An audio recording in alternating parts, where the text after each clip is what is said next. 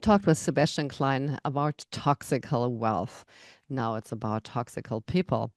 The book I will talk about is the book How to Deal with Toxic People by Gregory Jantz. This book felt like a lifeline thrown to me in the middle of a storm. You know that feeling when you're exhausted from walking on eggshells, when you start questioning your own reality because someone else keeping twisting it. Gregor Jans gets it. He doesn't just offer cliches like kill them with kindness or just ignore it. No, he hands you a flashlight to see the toxic patterns clearly and a roadmap to escape them. Reading this was like sitting down with a wise, compassionate friend who says, you don't have to live like that. By the end, I didn't just have a strategy. I had validation. So finally, someone puts down words to the chaos and showed how to take the power back. If you've ever felt drained, manipulated, or stuck in a relationship that hurts more than it heals, this book is your first step toward freedom. Dr. Gregory Jans isn't just a therapist, he's a warrior for emotional healing. Growing up, he witnessed firsthand how unchecked toxicity can erode a person's spirit, which fueled his passion for mental health advocacy. With a PhD in counseling and decades of clinical experience, he founded the Center, a place of hope, a renowned facility specializing in holistic treatment for emotional trauma, addiction, and abuse. What sets Jans apart is his approach. He doesn't just treat symptoms, he uncovers the deep roots of pain. His work has been featured on CNN, Fox News, and The Today Show, proving his insights resonate with millions. He wrote this book after seeing too many bright, kind individuals crushed under the weight of manipulative relationships, whether with partners, family, or co-workers. He noticed a pattern. People knew something was wrong, but they didn't have the tools to break free. This book is his answer to that helplessness, combining psychology, faith for those who appreciate it, and real life stories. Jantz doesn't just describe toxicity. He dissects it, giving readers the clarity and courage to reclaim their lives. Toxic people thrive in confusion. Your liberation begins when you see them clearly and choose yourself. This is the essence of this book. And I would like to share 7 tips from the books with you. Name the game. Toxic behavior loses power when you label it. For example, this is gaslighting what you do with me. The 3 do rule: detect, disrupt, disengage. Spot the pattern, interrupt it, and step away. Emotional PPE. Protect yourself with boundaries. You like you'd wear armor. Stop explaining. Manipulators don't want understanding, they want control. Reality check. Keep a journal.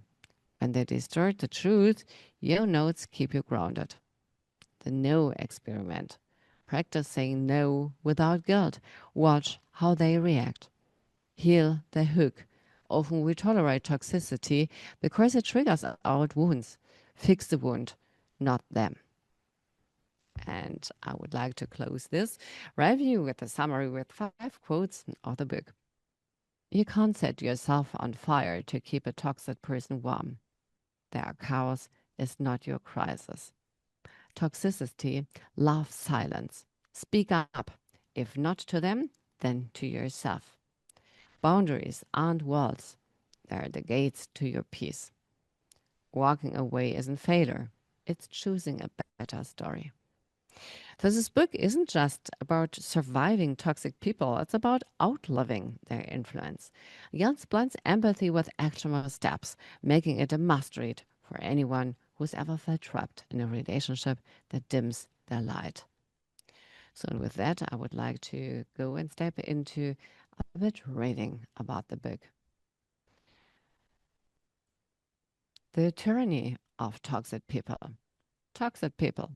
This could be the title of a bad science fiction movie, a genetic experience gone horrible wrong, or a planet-wide radiation leak from an orbiting government satellite turning millions of unsuspecting citizens into havoc-wreaking zombies. If only it were that simple. Compared to the real story, the one that lots of people live out every day because of a toxic person or people in their life, those fictional plot lines seem downright appealing.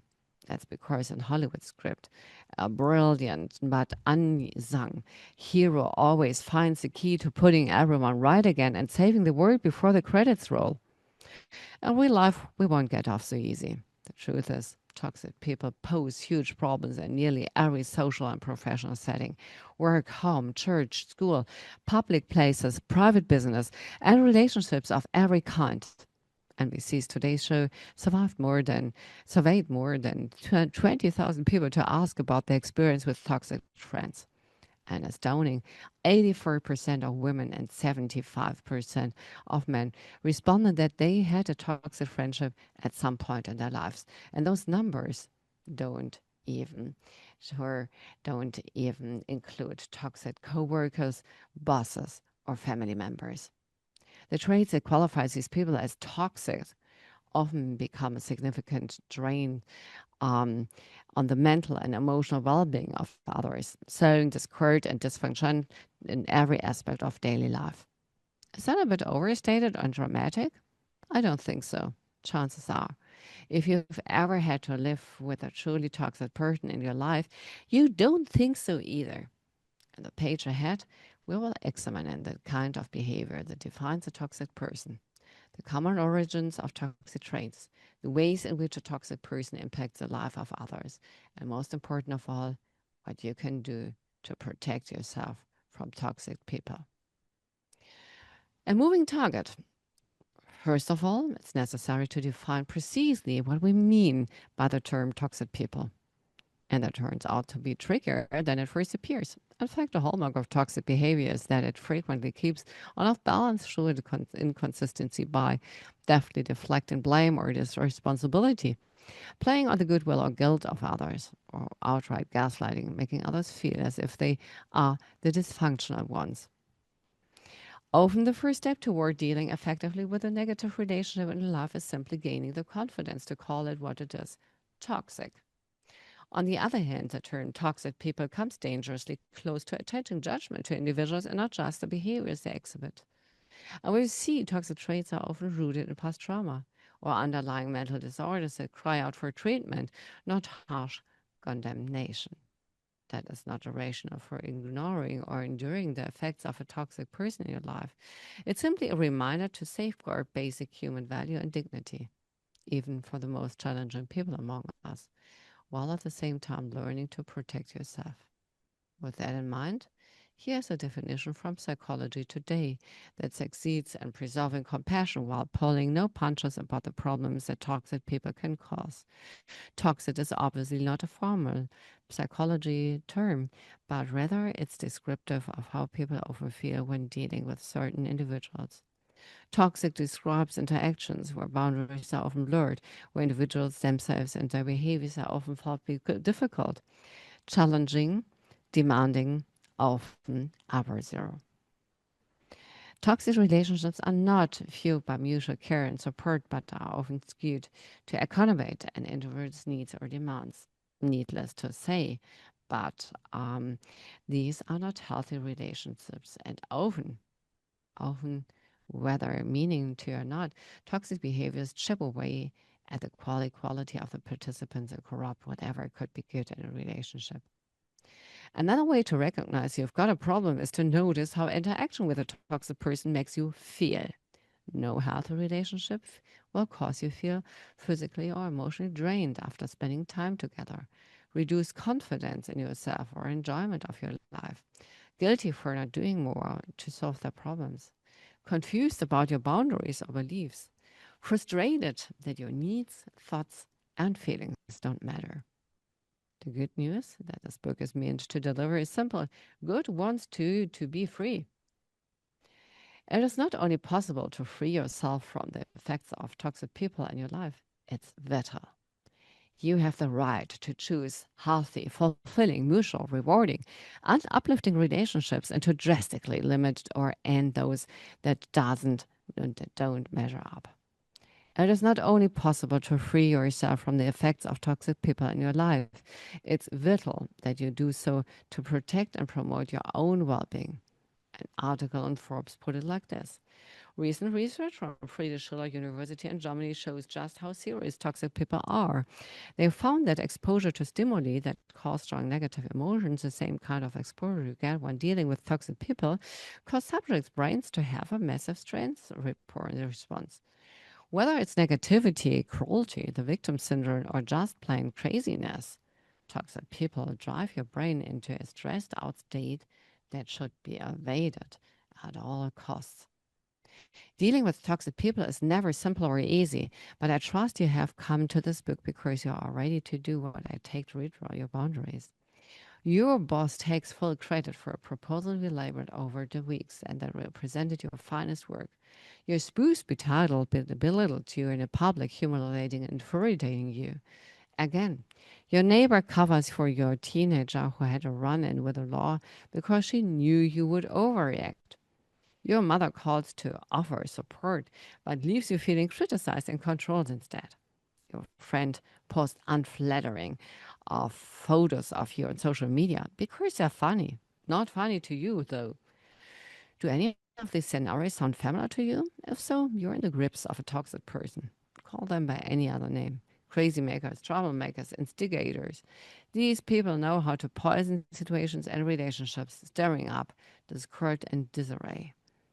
Toxic people come in a wide variety of forms and degrees of severity. Some are mildly irritating, while others are extremely abuse. It would be impossible to describe all types of toxic people, but let's look at the most common among them. You will surely recognize qualities and behaviors that you have, unfortunately, encountered in your own life. The deceiver. Lies destroy a crucial component of any relationship, trust. Once you catch a whiff or a deceit in the air, look out. Sure, it could be an isolated incident or a half truth that might be forgiven and forgotten, but usually it's a sign of trouble. If someone is willing to lie to you once, he or she is likely to do it again. A person needs to lie is a telling clue about his or her character, emotional health. It may indicate serious insecurity, lack of integrity, or flimsy moral standards. If dishonesty shows up in a relationship once, it will likely show up again. Here's a sobering fact of life. If someone is willing to lie to you once, he or she is likely to do it again. People willing to lie in one situation or with one person will find it easy to lie in another context. A person who shades the truth with others will be inclined to be dishonest with you as well.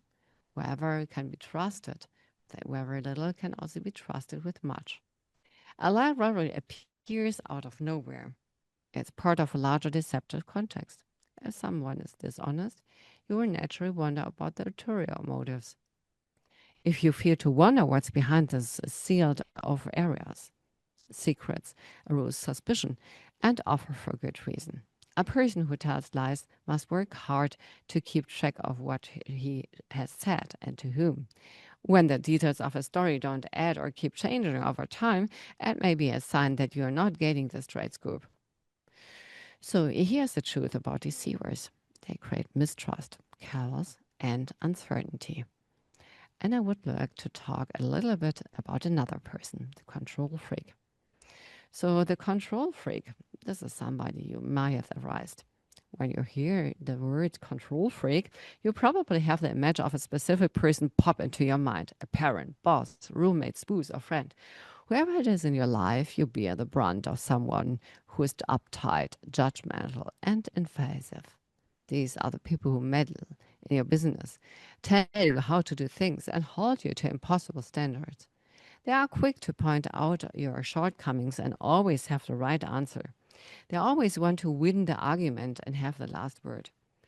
They know what's the best for you and how you should do things differently. Here are a few primary characteristics of those controllers. Even you give the controller what he wants to make him happy, that doesn't mean the bossy behavior will subside.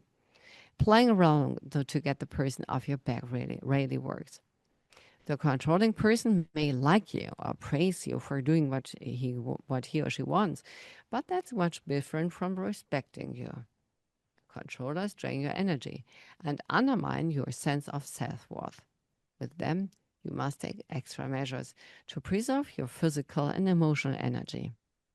And controllers want power, undue influence over you, and permission to bully you. When you give it to them, mm, you give up peace and mind, independence, and self respect. Even as they are engaged in toxic, controlling behavior, they will often deny that control is their ultimate objective. Their words and behaviors are couched as wanting to be helpful or being for your own good, but rarely is their conduct actually helpful or good for you. So I could read more of that. And I think it's also very helpful because maybe each of you have always or have already figured somebody in your life which is toxic. First step is always figure it out. Second is see how you react on this. Because relationship is always something between two people, and you are one of these. And this brings us also to the end, because I hope that you have taken something away for yourself, or has a person perhaps maybe piqued your curiosity and interest enough to want to read the book. If you any of this book recommends and you'd like to share here, or maybe you have written a book by yourself and would like to suggest it, then please go ahead. And to conclude, I would like to share a small story with you, because it's all about yourself. It's about your perspective, which we learned today again. If you change your perspective, the world changes with you. If you turn around, you see completely other things. So that wraps up our episode of We Empower, the weekly radio show dedicated to celebrating the strength, resilience, and limitless potential of women and men around the globe. Join us again next week as we continue on this empowering journey, sharing stories of triumph, upliftment, and empowerment. Your presence and engagement mean the world to us, and we appreciate you taking the time to tune in. Remember, this time is a gift for you to discover new inspiration. So thank you for being part of our community. And until next time, keep shining and empowering others. Together, we rise. And together, we can do much more. It's the first little step each of us has to make. But together, we can change the world. Never stop thinking about it. Never forget it. And always be in the togetherness. Thank you, and seeing you next week.